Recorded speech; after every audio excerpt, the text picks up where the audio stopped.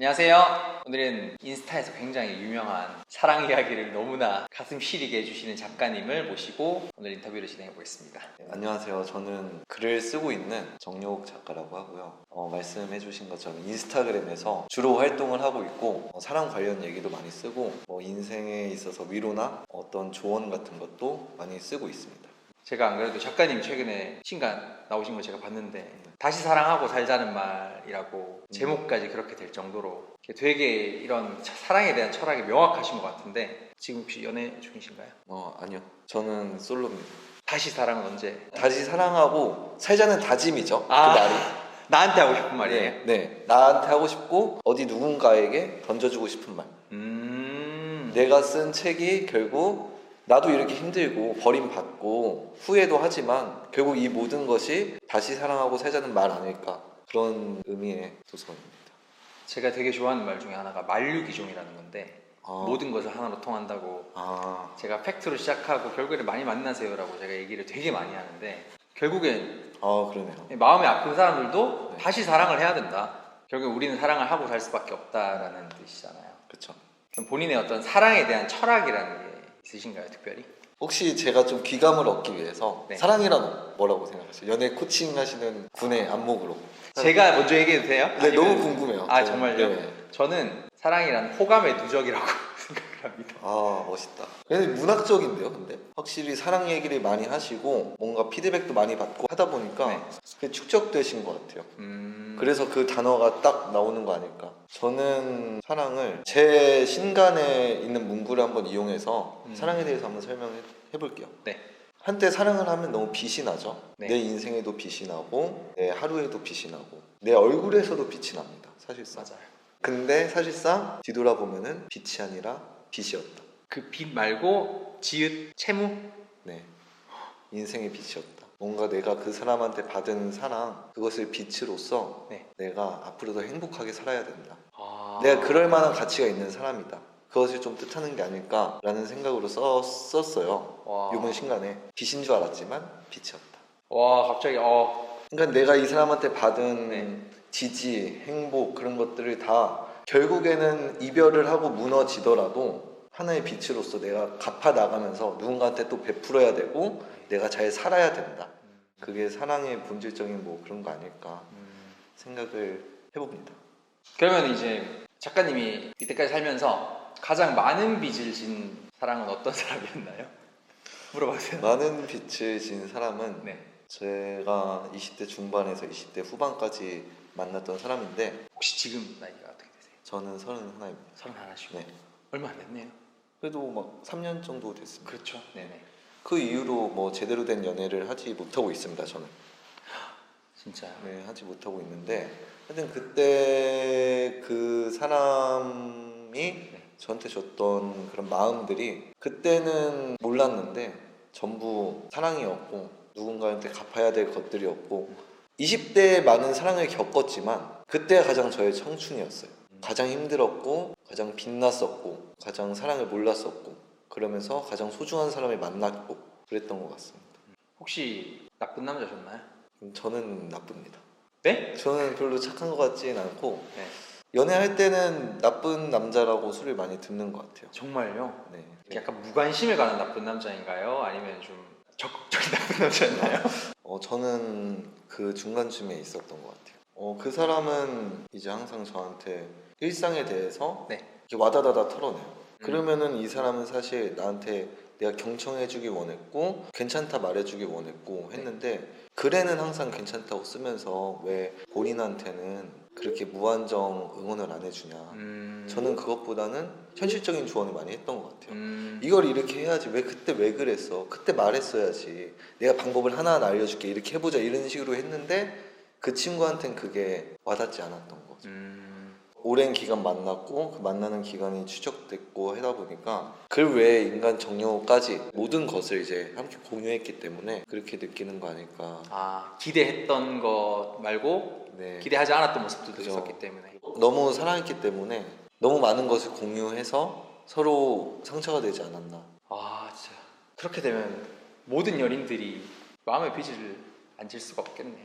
그쵸? 근데 그렇게 이제 우리가 아무리 아니려고 하더라도 결국에는 그렇게 될 수밖에 없잖아요. 모든 걸 함께 하다 보면. 그쵸. 근데 내 딴에는 또 내 마음 다해서 사랑을 하고 정말 잘해주고 최선을 다하는데 상대방이 몰라줄 때는 작가님은 어떻게 하셨었나요? 사실 인간 정영욱은 여러분들이 하는 사랑과 사실 별반 다를 게 없는 사랑을 합니다. 제 작가라고 해서 뭔가 영화 같은 사랑할 것 같고 뭔가 이 사람은 좀 더 달릴 것 같고 하지만 사랑하는 사람 앞에서는 똑같이 애 되고 애도 쓰고 싸우기도 하고 서로 상처 주고 코치 받아야 되네요. 네, 코치 받아야 되는 사람입니다. 저도. 구독과 좋아요. 사랑도 배움이 필요하고 노력이 필요하다. 근데 그러면 이제 그런 인간 정용을 가르쳐 줄 수 있는 작가 정용은 어떤 이야기를 하실 건가요? 작가 정영욱은 다 했다는 거, 마음을 다 했다는 거에 대해서 콕 집을 것 같아요. 다 했다는 게 사랑을 하는 와중에 알 수 있나? 그걸 어떻게 판단하지 스스로가? 그냥 나는 마음에 다 했는데 그 사람이 서운하대. 근데 다 했다는 걸 누가 판단하죠? 라는 것에 대해서 정의를 먼저 짚고 넘어갈 것 같아요. 정말 다 했는가 너는? 네. 근데 사실 정말 다 했는가는 그 누구도 알 수 없어요. 아주 간단한 예를 들어보겠습니다. 그 사람은 저랑 햄버거를 같이 먹고 싶어요. 근데 햄버거에 양상추 있고 피클 있고 토마토 있잖아요. 나는 피클 알러지가 있었어. 먹어도 어느 정도 괜찮지만 막 가렵고 짜증나요. 한 번 먹어줄 수 있잖아요. 그 사람이 원하는 거면. 근데 그 연애 당시에는 내가 그걸 거부했어요. 알러지가 있다고. 그것까지 먹어야 최선인 건가요? 전 단 한 번도 최선을 다한 적이 없는데. 네. 만약에 그랬어요. 근데 연애가 끝나고 사랑이 끝나고 그 사람하고 햄버거를 안 먹어준 게 너무 한에 맺히는 거예요. 다른 건 다 오케이인데. 마음의 빚으로 나올 수 있겠구나. 네. 그러면 그거는 과연 다 한 걸까 내가 마음을? 모든 건 잘했지만 햄버거가 후회되면은 다 한 걸까? 라는 기준에서 봤을 때 후회가 됐는데 정말 다 했다고 말할 수 있을까? 라는 생각을 좀 해봅니다. 그래서 다 했다는 것은 공책과 같다고 생각해요. 공책에 메모를 하죠. 그래서 더 이상 쓸 곳이 없어요. 하지만 그래봤자 공백이 더 많습니다. 근데 결국 내가 그 공백보다는 쓴 부분을 기억하는 것이 그게 진정으로 다 했다고 얘기할 수 있는 거라고 생각을 해봅니다. 정말 맞는 것 같아요. 사랑을 하고 사랑을 받다 보면 또 지치고 더 이상 사랑하고 싶지 않다. 피곤해. 사랑 왜 이렇게 사는 사람들이 요즘 굉장히 많거든요. 그냥 통계적으로 20대였나 30대였나 연애율이 25%밖에 안 된대요. 정말요? 네. 제 독자님들을 연애를 많이 하시는데 라이브 하면은 다 연애 질문 많아요. 그러니까요. 그냥 25%인 거지. 25%가 다들 연애 좀 하세요. 더 이상 근데 연애를 하지 않겠다 혹은 하기 귀찮다 할 수 없다 하기 싫다라고 하는 그 나머지 70%가 넘는 사람들에게 해주고 싶은 말이 있다면? 근데 굳이 그런 사람들한테는 저는 연애 억지로라도 하세요.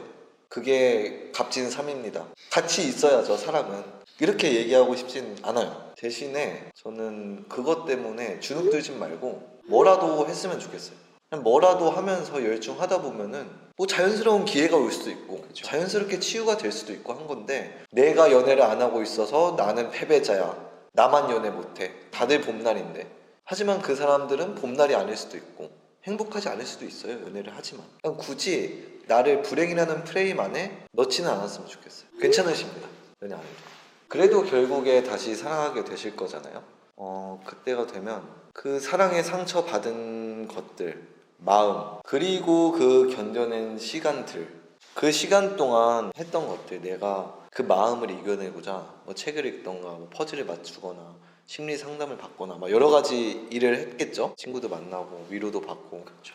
그렇게 치유됐을 때 가장 많이 버텨낸 거는 나 자신이라는 거 기억하시고 나 자신이 그만큼 해냈다. 나 자신이 버텨낸 거야 라고 생각하시면서 그만큼 내가 소중하고 멋진 사람이니까 좋은 사람이 왔다 라고 생각하시고 그 사람에게도 내가 여태까지 살면서 버텨냈던 거 빚을 갚듯이 그 사람에게도 좋은 사랑을 주셨으면 좋겠습니다. 앞으로 이제 다시 사랑하게 될 인간 정영욱에게 이렇게 해주고 싶은 말이자 비슷한 입장인 분들에게 해드릴 앞으로 좋은 사람을 만나려면 지금 작가님은 어떻게 할 것인가? 사실 우리 모두는 좋은 사람을 만났습니다. 이게 무슨 말이냐면 처음에 만났을 때 마음에 들고 호감이니까 만났겠죠. 네. 근데 하다 보니까 아프고 나를 외롭게 하고 그런 경우가 많으니까 그렇죠. 나쁜 사람이었어 이렇게 좀 판단을 하는 것 같아요. 근데 사실상 우리가 만나는 사람은 내 기준에서 전부 좋은 사람이니까 만나는 거고, 근데 나중에 그 사람이 좋은 사람이 아닐 뿐, 그렇다면은 그 사람을 계속 탓하기보다는 내 기준을 좀 바꿔야 되지 않을까. 근데 또 사랑에 빠질 때는 그게 잘 몰라요. 그렇죠. 눈이 멀어버리기 때문에 사랑에. 근데 단 한 가지는 있습니다. 쎄하면 걸르자. 쎄함의 과학. 네, 진짜 쎄한 거는 어쩔 수 없어요. 그거 빼면 일단 내가 정말 끌리는 사람은 좋은 사람이다. 그렇죠. 이상 다시 사랑하고 살자는 말 작가 정영웅님을 모시고 이야기 들어봤습니다. 여러분 사랑받는 하루 되세요. 저는 딱 한 명 있거든요. 지금도 연락하시는 거예요? 지금 남자친구가 생겨서 네. 연락이 끊긴 지 꽤 됐습니다. 네. 근데 그 친구에 대해서 저는 좀 애틋한 마음이 좀 있는 게, 그 친구도 글 쓰는 친구였어요.